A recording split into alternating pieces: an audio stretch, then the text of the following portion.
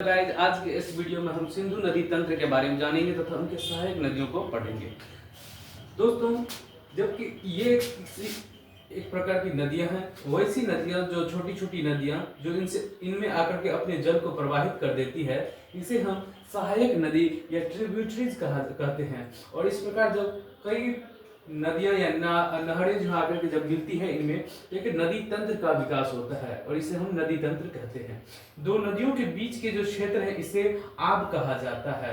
और यहाँ इस रीजन में 5 नदियां आकर के मिलती थी, इसलिए इस एरिया को है पंजाब कहा जाता था। दोस्तों, ठीक इस क्षेत्र को जो है बेसिकली जो नदी द्वारा इस क्षेत्र को सिंचित किया जाता है, इस क्षेत्र को उस नदी का मैदान के नाम से बोला जाता है आमतौर पर। तो चलिए शुरू करते हैं सिंधु नदी को। जैसा कि आप सभी को मालूम होगा कि इस मानसरोवर झील से, तिब्बत वाली एरिया में मानसरोवर झील है, यहाँ से निकलती है सिंधु नदी।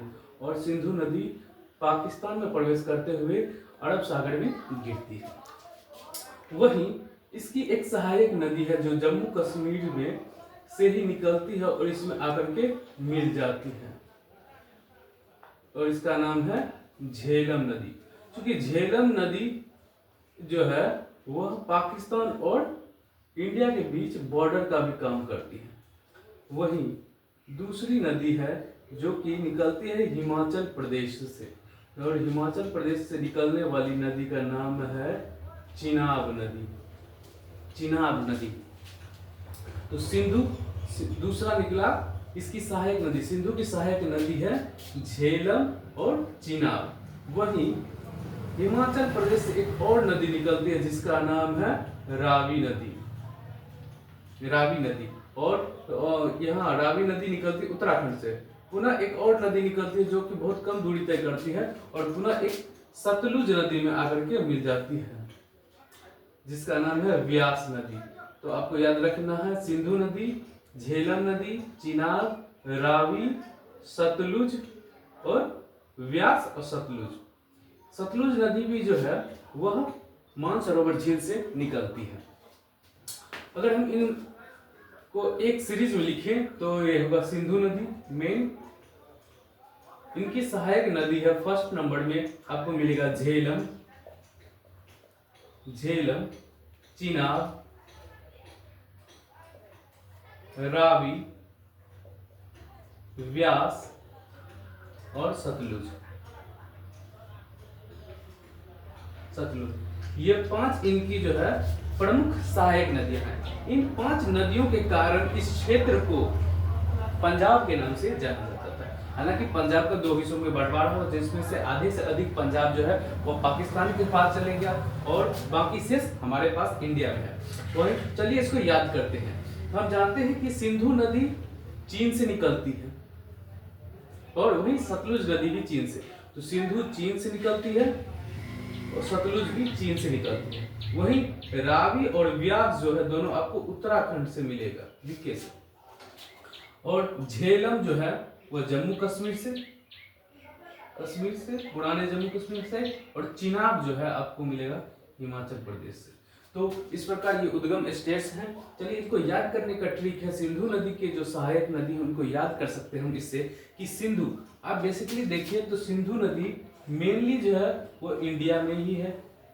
थोड़ा सा इसका उद्गम जो है वह चाइना में है, जिस कारण हम सिंधु नदी को जब याद करते हैं तो बार बार चीन के नाम से भी उसमें याद करते हैं। तो सिंधु, तो इससे हम ये देख सकते हैं कि हम थोड़ा सा के लिए चीन को बार बार झेल रहे हैं। हम इसको इस प्रकार से याद कर सकते हैं कि सिंधु झेल रहा है चीन को, सिंधु झेल रहा है चीन को। तो सिंधु, झेलम, चिनाब, रावी, व्यास, सतलुज, रावी, व्यास, सतलुज। तो सिंधु झेल रहा है चीन को, रावी को, व्यास को और सतलुज को। तो इस प्रकार हमें सिंधु नदी की जो सहायक नदियां हैं, सहायक नदियां झेलम,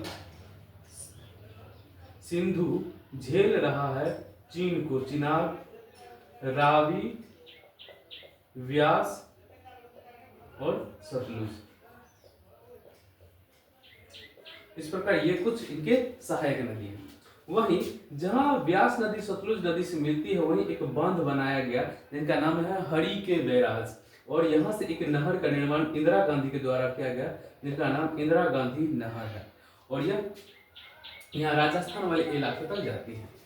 नेक्स्ट कुछ इम्पोर्टेंट बात है कि भारत और पाकिस्तान का जब बंटवारा हुआ वही 1960 में सिंधु जल समझौता हुआ था। सिंधु जल समझौता हुआ था दोस्तों, भारत और पाकिस्तान, इंडिया प्लस पाकिस्तान के बीच। इसमें झेलम और चिनाब का 20% पानी का यूज इंडिया करेगी। इसकी अध्यक्षता वर्ल्ड बैंक किया था, आप इन्हें भी याद रख सकते हैं।